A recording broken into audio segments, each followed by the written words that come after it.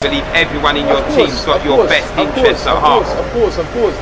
Everyone in my immediate team is all my family. That's it. Everyone in my immediate team is all my family. Black, white, Chinese, red, green or gold. As long as they're in my immediate team, they're all my family. You see me with these guys at least 4 days a week out of 7. It's normal. You see me walking around, I'm with these guys. It's normal. You know what I'm saying? People want the story of you and Dillian Whyte. What we know from the outside is that Dillian came to you as a young man from the road. You built his confidence, you built his strength with him, and you showed him a better way to go. What do you say to that? It's all true. Dillian, very capable guy from I see him. Very big for his age at the time and could lift some massive weights. So I thought, one of my friends, Eamon West, brought him to me because he was his like youth offending team worker. So he brought him to me. Well, he asked Dillian if he liked to fight, and then he said his friend does a lot of fighting. He brought him to me, and from the first day I see him, I said he looks useful, I need to see him. And then the next day he came training. So I was kind of impressed that he said he's coming tomorrow and came, and he never left my side since. As a Brixton kid, I got up, I went out there, I'm doing what hundreds of thousands of millions of people wish they had the balls to do. Not to sound bigger than anything, but I'm out there doing my thing. What people need to do is get behind me and support me. Get behind the British boxers, all of us, and support all of us. We're doing a good thing. We're giving you like great weekends and great nights that you're going to remember for years and years and years and years to come. So people just need to just get behind us, support us. I'm from Brixton, but I'm still from the United Kingdom, so I represent. Brixton's my home, but I'm still a British fighter. So the whole of the UK should get behind me and get behind the other fighters and support us. In your heart, do you believe in any way that Dillian Whyte owes you anything? All right. I mean, this is a big question around people around me, and this is my answer. He doesn't owe me anything, as in financially, he's obligated or anything like that. But when you come from an area and you've done well, I believe that you should help the next generation through, as I said in the earlier interviews and things like that. And all right, he's got his boxing gym and everything, but it's not down here. It's over West London. You got to kind of look back and who you come up with. The same people you see when you go up are the same people you see when you're coming down. So like when he had the ban and everything, he see who his friends was and everything like that. He was still around me. He was boxing and pro boxing and thing, but he's still doing his training because of the vibe. I told him all of this before he went into boxing. There's a vibe. You have to create your own sort of vibe, and he sort of lost that. But with regards to owing me anything, not really. Just I'd like him to just do something for the community, as in I've got a whole lot of young fighters, so I liked him to at least financially help them a little bit, throw a little something their way so that they don't struggle like how he had to.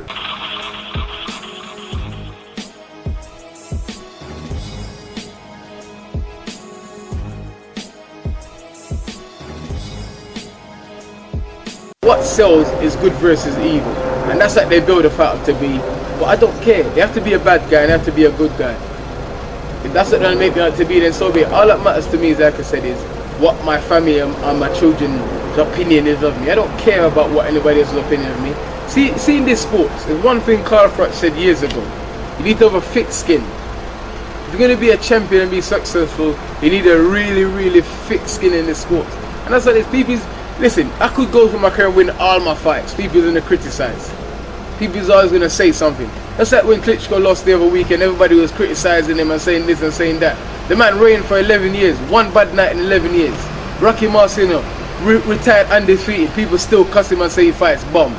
So what? Larry Holmes, Muhammad Ali, people's always going to say something, so I don't really care. Let's ask you about his career now. What do you see to his career, like the steps he's took and where he's at? He always had the talent for fighting. Let's not get it twisted. He's had cage fights, he's had boxing fights, he's had K1 fights to a high level, and Muay Thai with elbows and everything. So he's fought to a high level and understands fighting more than a lot of people. And from you've been doing it from a young age, yeah, you sort of it's just learning, picking up stuff, learning and putting it, implementing it into what you do. Yeah. Until you come with a product that is so good, it's at world level now. Yeah. You know what I mean? How do I see him as in at some of the moves he's made? I'm a person, I'm come from down there, and talking doesn't get you far. Yeah. I don't like the disrespecting of another person. Yeah. I think that if actions speak louder than words, that's my talk on that. And you can do less talking and more proving. If you do the action, people respect you more, Yeah. I think. Yeah. So on these talking aspects, I don't like all of it. On these, some of the stuff that he says I don't agree with. Like, I can't tell a group of my family them that has got younger family members to watch him on TV, because it's not a role model and things like that. And then when I was training him, I was trying to bring him as a role model for the area for other kids to look up to, and then they follow suit or whatever they want to do in their dreams and things like that. He was supposed to be a role model for the area. That's what I was moulding him as and everything like that. It was going really well. And then boxing, as we know, it's got a lot of corrupt characters in it. Yeah. But it's got more money in it and you can make a living from it. So he had a choice to make. It was either he got offered a 3 to 5 year K1 contract in Japan, so we'd have been signed with the K1 in Japan, and he sparred with David Hay and gave him such a hard time and must have split his lip or something, that they was telling him to get into boxing. Yeah. So one day he came to see me and my brother, and we had a big talk. So we laid it out in front of him because we understand these things. So the choice was, if you stick with kickboxing and go through, or you go to boxing. Yeah. And my advice and my brother's advice was to go to boxing because it's got more money in it and it's more lucrative. Yeah. That was the only reason. So you being honest with us now on this, you being a man who's more kickboxing than boxing, as the years have gone by, do you feel that was the right decision for you to make on the fact of your and his closeness? I've got, as I said to him, I've got bigger control in the kickboxing world than a lot of other gyms like that are similar to us. Yeah. Yeah, I've got a big say. I understand the sport more than a lot of people. Boxing's something you get into because it's you can make mega money from it. Yeah. And he's a heavyweight, and even in kickboxing as a heavyweight in anything, you're making big mega dough. Yeah. Yeah, and it's down to you can be at the beginning of something and excel and be like a big figurehead in that sport. In boxing, you're just going to be, if you don't make it to that world title and that, you're not going to really make money that you should be making. Yeah. You know what I mean? You need that. You need accolades behind you, titles, and people come to you and things like that. I'm just doing me, paying my bills, paying my family, looking after my family. I don't care. Listen, you can be the goodest guy in the whole of life. People's gonna talk crap anyway. You can't please everybody. That's my motto in life. You can't please everybody, so please the ones you can please and do what you have to do.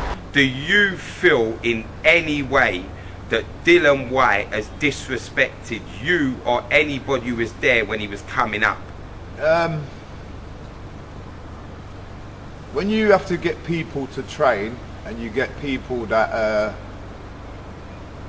by your side, making sure that you eat, making sure you got your first trainers, making sure you get to the shows and everything, them things all cost. And the people them that I see in the beginning are not the same people I see you sort of looking to or doing anything for. You know what I mean? That's my talk on it. I don't need to mention no names, but there's a few man that was around that helped Dillian sort of understand fighting and things like that. And then when it was financially hard, you know what I mean, he didn't tell me all of this, but sometimes I found out that he found it financially hard. These people was looking after you, making sure that you eat, making sure you got your trainers, making sure you got your supplements and everything like that. Do you know what I mean? So to me, you don't recognise that in your career, sort of thing. And boy, I don't know if you're going to come back later on and deal with things, but yeah, for now, I know a lot of people's upset about that sort of thing. Do you know what I mean? You can't just come and take certain stuff and get knowledge and everything, and you just go on to anywhere and just give it to anyone. You know what I mean? It becomes cheap then. If you've got any hanger-ons around you. There's always hanger-ons. That's normal. When you're a sportsman and you're going places and you're doing things in life, whether you're a sportsman, whether you're doing things in life, whether it's music, your successful business or whatever, there's always hangers-on. But sometimes you need some hangers-on to get to where you need to get to. But as long as you know who is really with you and what you're doing and you're true to yourself and loyal to yourself, then that's all that matters. One of the things that people say is since Dillian become a boxer and he's travelled into that world and met who he's met, done what he's done, you and him ain't got the closeness no more. No, because, alright, for starters, when you get into certain sports and it's big money and all of that, you've got all of these management companies and everything like that, that they're set up so that you can go through an easier life. So your training gear, your supplements, even your clothing and things, that sponsorships come from promoting stuff and everything. You're a product, so you work with other products to promote other stuff. So that was the basis on that. Man, I'm just a bit wary of the boxing world, because not just that, it's been, my brother got offered a pro contract and he decided to go to social work because it was an easy way of getting money for us. Yeah. So it always, I used to wonder why my brother done that, and then when he explains it to me, I kind of, yeah, it kept me away from the boxing world and things like that, and I was always better with my legs and everything like that. So yeah, I didn't get into boxing, but now at an older age, I'm starting to see that it's coming to me more, and then people that I've trained, a few of them have gone into boxing and done really well. So yeah, you know. Okay, so let me ask you, when did you and Dillian Whyte last see each other? I see Dillian about 5-6 months ago, the last time. And how was things between you both? I don't think he knows how to approach me again. Yeah. I'm a straightforward guy, but if you don't know how to approach me, you're a bit, and that goes for a lot of people out there. They don't know how to approach me. I'm a bit direct, and then I'll tell you really what I think. Your money doesn't mean anything to me. I'll tell you really what I think of you. The last conversation I had with Dillian was, you need to do something for the area that you come from, for the next generation of youths that are coming through that might want to do the same stuff as that you done, or go through the similar channels that you went through, rather. Yeah. Okay, well, like you said, you're not here to talk on the next man too tough. Yeah. I'm gonna finish this on Dillian Whyte with this question. A lot of people see Dillian Whyte interviews. It seems like he's got one up there every week. People are saying that nobody knows how to interview Dillian Whyte. They don't seem to have no questions that we want the answers through, from the place where Dillian comes from. Because it's not about someone in America, in Australia, it's about where you was born and bred, or bred should I say, with Dillian Whyte. So we've got questions for him. He don't seem to be getting asked them questions. So I'll ask you, do you believe that there's questions Dillian Whyte needs to answer that no one's asking him? Yeah, there's a lot of questions. Is why are you bringing all these people them you're bringing that's done nothing for your career?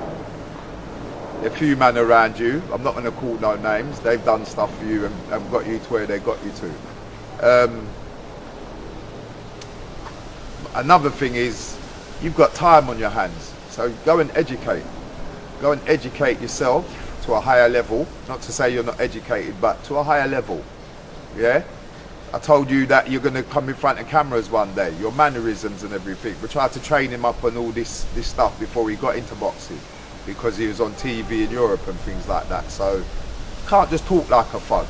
So we tried to tell him, you can be a thug, but you don't have to talk like it. You give people them a totally different side to yourself. Not just fighting, there's more to you than just fighting. Boxing's different from all of the business. You gotta do what you have to do, bro. What people need to do is go and educate themselves before they comment about things. Man, you can sit at home on your sofa, say whatever you want to say, but I don't care. My face is not bothered.